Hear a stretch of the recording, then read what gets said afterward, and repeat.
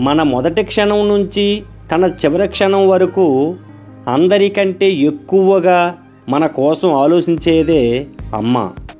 రోడ్డుపై వెళ్తున్నప్పుడు speed breaker వద్ద కాస్త వేగం తగ్గి నిదానంగా దాటితే ప్రయాణం సాఫీగా సాగుతుంది.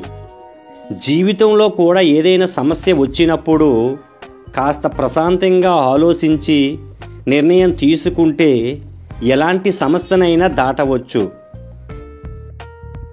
ఇవాళ నీకు చెయ్యందించేందుకు ఎవరూ లేరని బాధపడొద్దు. నువ్వు అనుకున్నది సాధిస్తే రేపు నిన్ను చూసి చప్పట్లు కొట్టేందుకు ఈ ప్రపంచమే ఎదురు చూస్తుంది.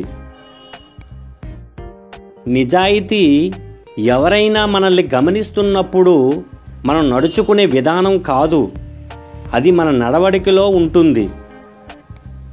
నలుగురు మాట్లాడుతున్నప్పుడు ఓపికగా వినాలి. నలుగురితో మాట్లాడేటప్పుడు ఆలోచించి మాట్లాడాలి. పెన్నును కాస్త వంచి రాస్తేనే అక్షరాలు అందంగా కనిపిస్తాయి. కొన్ని సందర్భాల్లో మనం తగ్గితేనే జీవితం సంతోషంగా సాగుతుంది. మనిషి ధీరుడైతే తప్ప ద్వేషం, అపకార బుద్ధి హృదయం నుంచి తొలగిపోవు.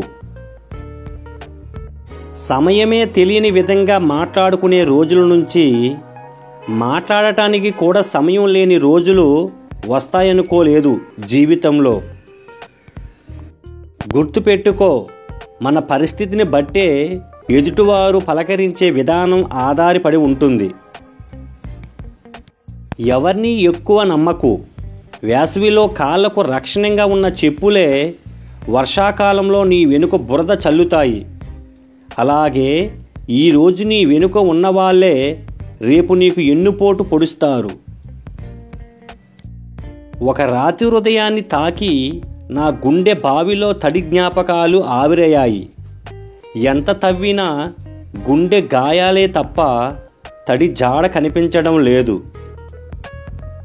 సాధించాలి అనే నిర్ణయం, సాధిస్తా అనే నమ్మకం, సాధించేదాకా పోరాటం, ఇవి చాలు విజయం సాధించడానికి.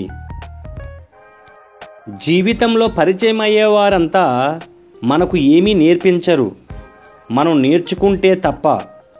అలాగే పరిస్థితులు ఏవైనా మనల్ని మార్చవు, మనం మారితే తప్ప. విరిగిపోవడం, పగిలిపోవడం అంతం మాత్రమే కాదు, కొన్నిసార్లు ఆరంభం కూడా కావచ్చు. గుర్తుపెట్టుకోండి మిత్రమా. Please subscribe, share, like. Thank you for watching.